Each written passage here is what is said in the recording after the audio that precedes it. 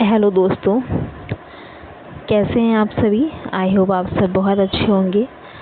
चलिए, तो आज की क्लास में आज हम लोग बात करते हैं लिटरेरी टर्म्स के बारे में एंड मूवमेंट्स के बारे में। ठीक है, देखिए, अगर आप लिटरेचर की प्रिपरेशन कर रहे हैं और अगर आप मेरे चैनल पे नए हैं तो अभी आप चैनल को सब्सक्राइब कर लें और जितनी भी मैं वीडियोस डालती हूँ, अपलोड करती हूँ, आप उसको ज़रूर वॉच करिए क्योंकि सारी ही वीडियोस आपके लिए बहुत ही बेनिफिशियल हैं, बहुत ही हेल्पफुल हैं। ठीक है, जैसा कि मैं बता चुकी हूँ कि हमें पढ़ाई कभी नहीं छोड़नी चाहिए। ठीक है, भले ही कितने भी सिचुएशन हमारे कंट्रोल में ना हो और देख रही हूँ मैं कि एग्ज़ाम नहीं हो रहे हैं। ठीक है, मैं उस चीज़ से खुद ही बहुत ज़्यादा परेशान हूँ कि एग्ज़ाम को लेकर के कोई भी रूल्स रेगुलेशन नहीं है। ठीक है, एग्ज़ाम नहीं हो रहा है, एग्ज़ाम होता है तो लीक हो जाता है या फिर रिज़ल्ट में प्रॉब्लम्स होती हैं, स्कूल बंद हो रहे हैं। बट हमें नॉलेज के लिए पढ़ना है फ्रेंड्स। ठीक है, और हमेशा पढ़िए जो आपका सब्जेक्ट है। अगर आप लिटरेचर आपका सब्जेक्ट है, आपको अच्छी भी लगती है, आप इंटरेस्टेड भी हैं, तो हमेशा आप पढ़िए। ऐसा नहीं है कि आप उसको छोड़ दें। ठीक है, अभी जो नेक्स्ट गवर्नमेंट बनेगी, ठीक है, जो भी है, तो फिर एग्ज़ाम होगा, है ना। शायद चीज़ें बदल जाएं तो एग्ज़ाम होगा। ठीक है, और कभी कभी एग्ज़ाम ख़राब होता है। पीजीटी का एग्ज़ाम हुआ ही है। ठीक है, असिस्टेंट प्रोफेसर का भी एग्ज़ाम हुआ है। तो ऐसा नहीं है, चीज़ें हो रही हैं, अभी भी चीज़ें बहुत कॉम्प्लिकेटेड कर दी हैं एग्ज़ाम्स को लेकर के। एजुकेशन बहुत ही ज़्यादा कॉम्प्लेक्सिटी से गुज़र रही है, बट चल तो रही है ना, चीज़ें हो तो रही है ना। बिल्कुल जब तक बंद नहीं हो जाती तब तक हम लोग को भी पढ़ाई करना छोड़ना नहीं है। ठीक है, तो बिल्कुल फ़ोकस के साथ पढ़िए और इसलिए पढ़िए कि अगर मैं नहीं भी कर पाया या मैं नहीं भी कर पाई तो आगे आने वाली जनरेशन जो है, जो अब बच्चे आ रहे हैं, वो प्रिपरेशन करेंगे तो मैं उनको टीच कर सकूं। उनके लिए मुझे नॉलेजेबल होना चाहिए। ओके, तो इसीलिए मैं कह रही हूँ कि पढ़िए। ओके, बहुत अच्छे से पढ़िए। ठीक है, तो आज हम लोग पढ़ेंगे लिटरेरी टर्म्स एंड मूवमेंट्स के बारे में। देखिए, लास्ट मैंने आपको क्रिटिकल कमेंट्स विलियम शेक्सपियर के रिगार्डिंग, ठीक है, उसकी 2 वीडियोज़ हैं, दोनों को ही आपको वॉच करना है, दोनों ही हेल्पफुल हैं आपके लिए। एंड क्रिटिकल कमेंट्स की वीडियो जॉन मिल्टन के रिगार्डिंग भी ये हम लोग ने स्टडी कर लिया है। ठीक है, उसको ज़रूर से नोट भी कर लीजिएगा एंड उसको रिवाइज़ करिएगा। ठीक है, और इसीलिए मैंने कहा था कि नेक्स्ट मैं देखती हूँ कि क्या टॉपिक रहता है हमारा, फिर हम लोग उससे बातचीत करेंगे, उसको स्टडी करेंगे। तो आज मैंने ये सोचा है कि लिटरेरी टर्म्स जो कि लिटरेचर में बहुत ही पूछे जाते हैं, तो वो हम लोग कवर अप करने की कोशिश करते हैं। और अभी हमारा यही रहेगा, लिटरेरी टर्म्स एंड मूवमेंट्स जितने भी इम्पॉर्टेंट हैं वो मैं सारे ही आपको बताने वाली हूँ। ठीक है, इसीलिए जितनी भी वीडियोस मैं डाल रही हूँ उसको फ्रेंड्स शेयर करिएगा एंड उसको वॉच करिएगा। एंड एक चीज़ मैं आप लोगों से और कहना चाहती हूँ कि पता नहीं क्या हो जाता है कि आप लोग सब्सक्राइब करने के चक्कर में चैनल को अनसब्सक्राइब कर देते हैं क्या। ठीक है, क्योंकि सब्सक्राइबर मैं देखती हूँ कम हो जाता है, बढ़ने की जगह पे कम हो जाता है। ठीक है, तो आप लोग ज़रा चेक कर लीजिएगा चैनल को। अगर आप सब्सक्राइब कर चुके हैं तो उसको अनसब्सक्राइब मत कर लीजिएगा। ठीक है, उसको एक बार चेक कर लीजिएगा वो सब्सक्राइब ही हो। ठीक है ना, क्योंकि कभी कभी ऐसा हो जाता है कि हम लोग सब्सक्राइब करने जाते हैं, हम लोग को पता नहीं होता है कि हम चैनल को सब्सक्राइब कर चुके हैं, दोबारा क्लिक कर देते हैं मे बी। ठीक है, आप लोग चेक कर लीजिए क्योंकि मुझे ऐसा लग रहा है। ओके, क्योंकि सब्सक्राइबर कम हुआ है इसलिए मुझे लग रहा है। ठीक है, चलिए फिर हम लोग बात कर लेते हैं लिटरेरी टर्म्स एंड मूवमेंट्स के बारे में। यस, पहला जो आपका लिटरेरी टर्म्स है वो है एक्ट एंड सीन। आप सब जानते हैं एक्ट एंड सीन के बारे में कि जो एक्ट होता है, किसी भी प्ले में एक्ट होते हैं। जैसे पहले 5 एक्ट थे। ओके, उसके बाद 2 एक्ट होने लगे, 3 एक्ट होने लगे, फिर 1 एक्ट प्ले का टाइम आ गया है ना। तो एक्ट होता है बहुत लंबा, जो एक पोएम, एक प्ले जो होता है। ठीक है, उसको हम लोग एक्ट में डिवाइड कर देते हैं कि ये फर्स्ट एक्ट है, सेकेंड है, और उस एक्ट में भी बहुत सारे सीन्स होते हैं। तो वही लिखा है कि major division in the action of a play further divided into scene. Okay, देख सकते हैं आप लोग, ये होता है आपका एक्ट एंड सीन। सिंपल है and you know that. Okay, next आपका जो है एस्थेटिसिज्म। एस्थेटिसिज्म के बारे में मैंने आपको बताया भी था, ठीक है, बताया था कि नहीं बताया था, याद नहीं आ रहा है मुझे। जो मैंने हिस्ट्री ऑफ इंग्लिश लिटरेचर में आपको मूवमेंट्स बताए थे, ऐसे विक्टोरियन, पता नहीं, मुझे याद नहीं आ रहा है, आई थिंक मैंने बताया है, ठीक है। तो एस्थेटिसिज्म क्या होता है कि ऐसा मूवमेंट है that believed art is self sufficient and it has no moral aim outside its own being, ठीक है। एस्थेटिसिज्म का मतलब ये होता है, ये बिलीव करता है कि आर्ट इज सेल्फ सफिशिएंट, लेकिन इसके पास कोई मोरल एम नहीं होता है कुछ इसका, इसमें बस ये है कि ये फेवर करता है ला आर्ट फॉर ला आर्ट, ठीक है, यानी कि art for art sake, art for art से। और इसमें ये जो लाइन है ना, ला आर पोर्ट ला आर्ट, तो ये बहुत इंपॉर्टेंट है। ये किससे रिलेट करती है, ये लाइन आपसे एग्जैक्टली पूछी जाती है, ये किस मूवमेंट से, किस टर्म से बिलोंग करती है, तो ये बिलोंग करती है आपका एस्थेटिसिज्म से, ला आर पोर्ट ला आर्ट, यानी कि आर्ट फॉर आर्ट सेक। और इसमें एक चीज़ याद रखिएगा कि इसमें जो मेजर ऑथर्स हैं एस्थेटिसिज्म में, वो वॉल्टर पेटर हैं, John Ruskin and Oscar Wilde, ये सारे राइटर्स भी इसमें आते हैं, ठीक है। नेक्स्ट है affective fallacy. The error of evaluating a poem by its effect, specially its emotional effect. मैं ऐसे लाइन नहीं करूँगी, आप लोग देख लीजिएगा, ठीक है। ये पढ़ रहे हैं, अफेक्टिव फॉलेसी को पढ़ रहे हैं। Its emotional effect upon the reader, it was used by W.K. Wimsatt and Monroe C Beardsley in 1946।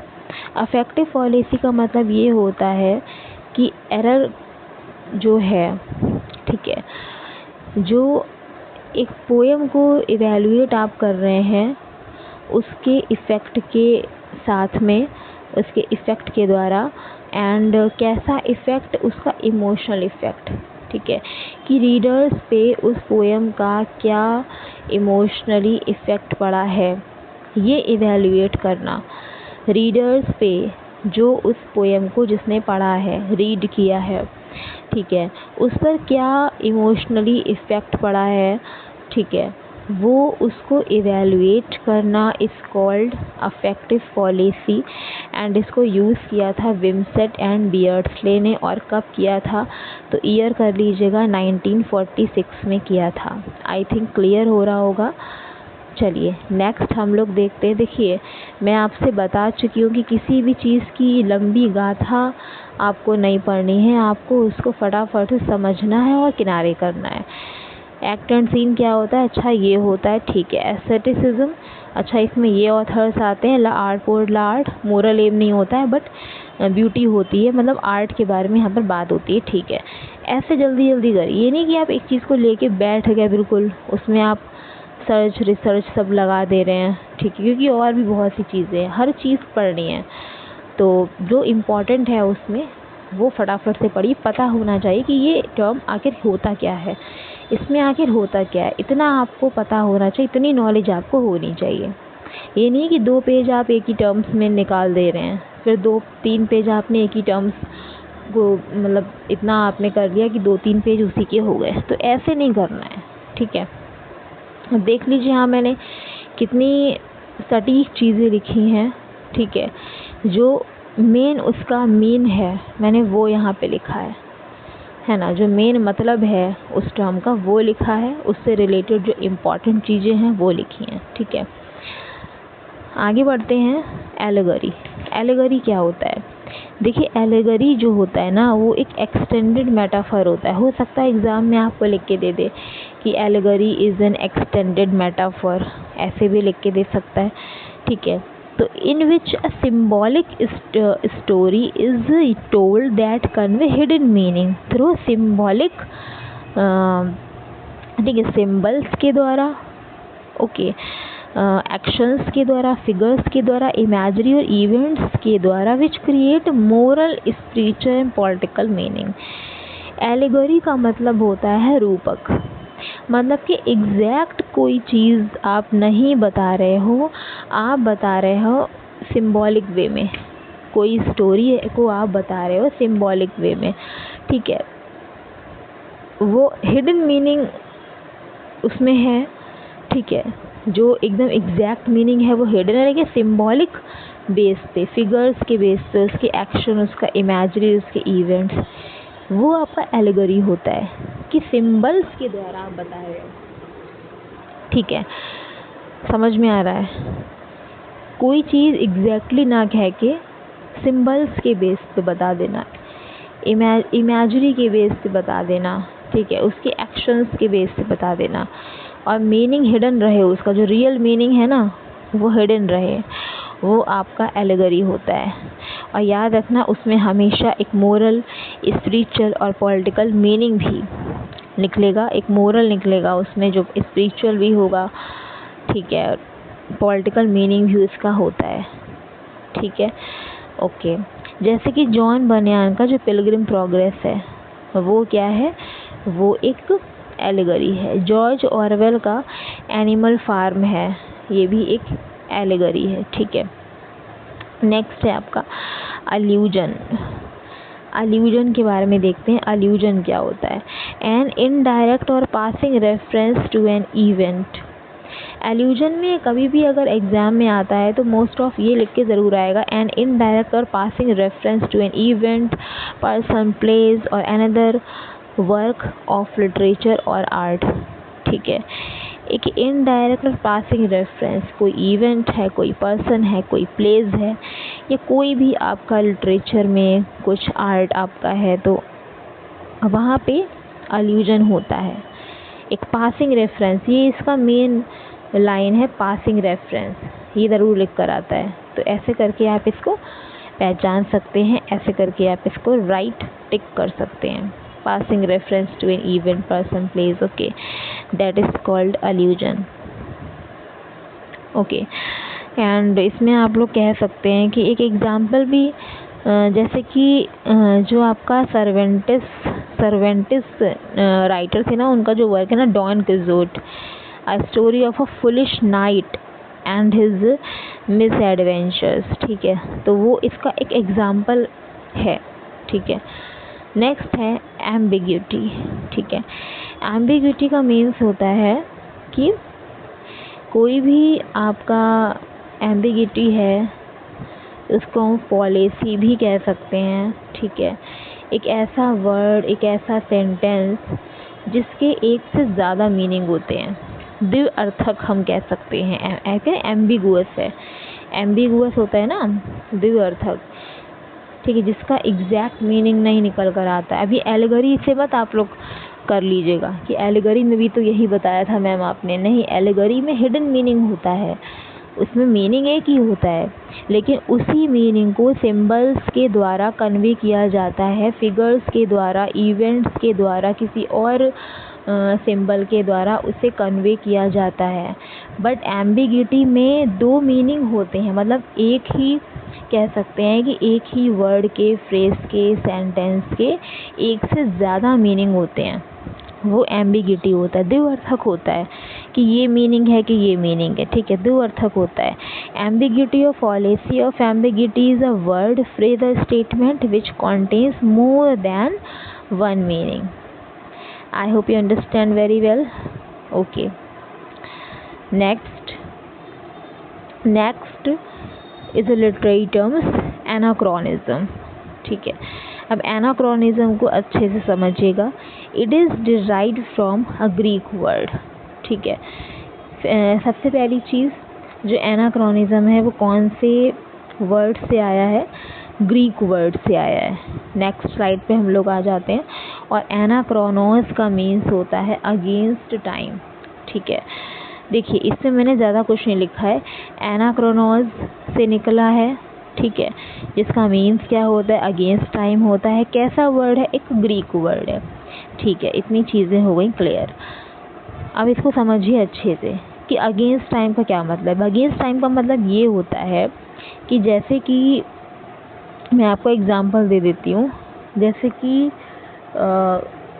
कोई भी चीज़ है, ठीक है, कुछ भी है, मतलब कोई वस्तु है या फिर कोई ऐसा इवेंट हुआ जो आपने किसी प्ले में, किसी पोएम में पहले ही उसका जिक्र कर दिया, लेकिन वो एग्जिस्ट नहीं करता है उस टाइम पे, वो उस टाइम पे एग्जिस्ट नहीं करता है, वो हैपन नहीं है, वो नहीं हुआ है घटित, उस टाइम पे नहीं घटित हुआ है, नहीं हुआ है, लेकिन आप उसको अपने प्ले में क्या कर रहे हो, उसका जिक्र कर रहे हो, ठीक है, ओके। वो बाद में हुआ है, वो वही चीज़ें जो आपने अपने प्ले में जिक्र की वो बाद में कभी हुई, किसी और समय पे हुई, लेकिन आपने उसका जिक्र तो पहले ही कर दिया। इसीलिए कहते हैं अगेंस्ट टाइम, मतलब ये टाइम के अगेंस्ट होता है। एनाक्रोनॉस, क्रोनोलॉजी क्या होती है, क्रोनोस को हम टाइम से लेते हैं ना, क्रोनोलॉजी करते हैं तो वो टाइम, एक टाइम ड्यूरेशन होता है ना कि इस टाइम पे ये, फिर नेक्स्ट हम लोग देखते हैं, डेट वाइज हम लोग क्रोनोलॉजी देखते हैं। तो एनाक्रोनिज्म, एना मतलब अगेंस्ट, एनाक्रोनिज्म मतलब अगेंस्ट टाइम, ठीक है। जैसे कि शेक्सपियर का एक प्ले है हैमलेट, जो कि इनकी ग्रेटेस्ट ट्रेजेडी है। तो हैमलेट जो प्रोटोगोनिस्ट है वो डेनमार्क का प्रिंस है, और हमें ये बताया गया है प्ले में कि वो एक यूनिवर्सिटी में स्टडी करता है, हॉली-विटेनबर्ग, ठीक है। बट क्या होता है कि ये इंस्टीट्यूट जो है वो पहले ही मेंशन कर दिया, I mean aforementioned institute, okay, जो इस्टेब्लिश हुआ था 1502 के आसपास, ठीक है। एंड ये आपका जो टाइम डिपिक्ट मतलब हुआ है ये प्ले में, वो आपका 13th सेंचुरी के आसपास, तो इन्होंने पहले ही बता दिया ना, लेकिन वो तो 1502 में इस्टेब्लिश हुआ था, ओके। तो पहले ही कैसे, तो यही है, तो वही है कि हम पहले ही जिक्र हमको मिल जाता है उसका उसमें, ठीक है, लेकिन वो चीज़ें बाद में होती हैं, ओके। यही होता है आपका एनाक्रोनॉस, ठीक है, समझ में आ गया होगा। दोबारा से एक बार वीडियो को देख लीजिएगा, ठीक है, एक बार और देखेंगे तो एक्सप्लेनेशन दोबारा सुनेंगे, ठीक है, तो चीज़ें दिमाग में अपने आप बैठ जाएंगी, समझ में आ जाएंगी, ठीक है। नेक्स्ट है आपका एनाग्नोसिस, ठीक है। एनाग्नोसिस क्या होता है, खास करके हम लोग ट्रेजेडी में पढ़ते हैं, ठीक है। कैथारसिस, कैटास्ट्रोफे, एनाग्नोसिस, पोएटिक जस्टिस, ये सब पढ़ते हैं ना, हेमर्शिया, ओके। तो उसी में आपका ये एनाग्नोसिस आता है, specially in a tragedy where the main character recognise the or identifies his or her true nature और true identity, and Aristotle discuss anagnorisis in his poetics. Aristotle ने पोएटिक्स में, इनका एक वर्क है पोएटिक्स, किसका, Aristotle का, उसमें इन्होंने एनाग्नोसिस के बारे में बताया है। एंड एनाग्नोसिस को रिकॉग्निशन भी कहते हैं फ्रेंड्स, इसमें आप लोग ब्रैकेट में या फिर ऑब्लिक करके रिकॉग्निशन भी लिख लीजिएगा। देखिए एनाग्नोसिस होता है एक ऐसा प्लॉट या स्टोरी, ठीक है, specifically in a tragedy where the main character, जहाँ पे जो मेन कैरेक्टर होता है वो रिकॉग्नाइज कर लेता है या फिर आइडेंटिफाई कर लेता है अपने ट्रू नेचर को, ओके, अपने ट्रू आइडेंटिटी को डिस्कवर कर लेता है, ट्रू सिचुएशन को डिस्कवर कर लेता है कि आखिर बात क्या थी, जहाँ पे सारी मिसअंडरस्टैंडिंग एकदम क्लैरिटी आ जाती है, वहाँ पे आइडेंटिफाई हो जाती हैं चीज़ें कि अच्छा ऐसा था तो ऐसा इसलिए हुआ था, ओ अब मुझे पता चला, है ना, ये होता है रिकॉग्निशन, ठीक है। तो इसको एरिस्टोटल ने एनाग्नोसिस को पोएटिक्स में बताया है, ओके। तो ये इग्नोरेंस से नॉलेज तक का एक चेंज होता है, क्योंकि पहले उसको पता नहीं होता है जो प्रोटोगोनिस्ट होता है, फिर उसको पता चल जाती हैं चीज़ें। जैसे कि मैं आपको एक एग्जांपल देती हूँ, जो ओडिपस रेक्स है वर्क, उसमें एनागनॉर्सिस होता है जब एक मैसेंजर आता है और रिवील करता है किंग ऑडिपस को उसके ट्रू बर्थ के बारे में। भाई जो किंग ऑडिपस होता है उसको अपने ट्रू बर्थ के बारे में स्टार्टिंग में पता नहीं होता है, लेकिन जब एक मैसेंजर आता है तो ऑडिपस को ये पता चलता है कि ओ उसका ट्रू बर्थ के बारे में उसको बाद में पता चलता है, वो आइडेंटिफाई हो जाता है उसको, ठीक है। और जो कास्टा के बारे में उसको पता चलता है जो उसकी रियल मदर होती हैं, ठीक है। तो ये चीज़ें आपको ध्यान रखनी है, ये एनागनॉर्सिस में होता है, ठीक है, कि हम डिस्कवर कर पाते हैं, आइडेंटिफाई कर पाते हैं चीज़ों को। नेक्स्ट जो आपका है वो है एनाफोरा। एनाफोरा को देखेंगे ध्यान से। The deliberate part of the sentence in order to achieve an artistic effect is known as anaphora, ठीक है। अब एनाफोरा क्या होता है, यहाँ पे आपको रिपीटेड कुछ वर्ड्स मिलेंगे, रिपीटेड कुछ फ्रेज मिलेगी, ठीक है। जैसे कि जो फर्स्ट पार्ट होता है ना सेंटेंस का, कि हमें आर्टिस्टिक इफ़ेक्ट मिले, उसके लिए हम लोग एनाफोरा का यूज़ करते हैं। जैसे कि अ टेल ऑफ टू सिटीज़ में जो चार्ल्स डिकेंस का वर्क है, अ टेल ऑफ टू सिटीज़, जिसमें लंदन और पेरिस दो सिटी के बारे में बताया गया है। तो इसमें आप देखेंगे, इसमें लाइन है, स्टार्ट होता है कि it was the best of time, it was the worst of time, it was the age of wisdom, it was the age of foolishness, ठीक है। तो यहाँ पे आप एक चीज़ देख रहे होंगे, यहाँ पे it was the, it was the, it was the, it was the, starting की जो लाइन हो रही है, जहाँ पे सेंटेंस स्टार्ट हो रहा है, वहाँ उस स्टार्टिंग से, बिगिनिंग से रिपीट हो रहा है, इसको एनाफोरा बोलते हैं। रेपिटेशन देखने को मिल रहा है आपको, ठीक है, रेपिटेशन देखने को मिल रहा है ना, स्टार्टिंग में रेपिटेशन देखने को मिलेगा। जैसे कॉमा के बाद नई फ्रेज स्टार्ट हुई तो वो भी इट वॉज द से, फिर कॉमा के बाद नई फ्रेज स्टार्ट हुई वो भी आपकी इट वॉज द से है। तो यही होता है एनाफोरा, क्लियर है, ताकि आर्टिस्टिक इफेक्ट लगे, क्लियर, ओके। और इसमें एक चीज़ और भी याद रखिएगा कि अगर एग्ज़ाम में ऑप्शन में एनाफोरा नहीं दे रखा है और आपको लाइन दे रखी है कि it was the best of time, it was the worst of time, इतना दे रखा है, या फिर इधर वाला दे रखा है कि it was the age of wisdom, it was the age of foolishness, है ना, तो वहाँ पे एंटीथेसिस दिया होगा। एंटीथेसिस हम लोग पढ़ेंगे आगे। एंटीथेसिस में भी जो आपका अपोजिट एक्शंस होते हैं, ओके, अपोजिट आइडियाज़ होते हैं दो क्लॉज में। जैसे इधर विजडम की बात हो रही है, उधर फुलिशनेस की बात हो रही है, इधर बेस्ट ऑफ टाइम की बात हो रही है, इधर वर्स्ट ऑफ टाइम की बात हो रही है। तो अगर एनाफोरा नहीं है तो एंटी क्लाइमेक्स तो होगा, सॉरी एंटीथेसिस होगा, एंटीथेसिस होगा, ठीक है। तो याद रखेंगे, है ना, जब एंटीथेसिस क्लियर हो जाएगा आपको तब आप अच्छे से टिक कर सकते हैं। नेक्स्ट है एनेक्डोट। एनेक्डोट होता है कि a short and interesting story or an amusing event often propose to support or demonstrate some point and make readers laugh, ठीक है। एनेक्डोट एक छोटी सी इंटरेस्टिंग सी स्टोरी होती है, अम्यूज़मेंट की होती है, ठीक है, जहाँ पर एक मतलब रीडर को हंसी आए, पढ़ने वाले को हंसी आए, इसीलिए हम एनेक्डोट का यूज़ करते हैं। एंग्री यंग मैन क्या है, दैट रिप्रेजेंट अ पोस्ट 1950।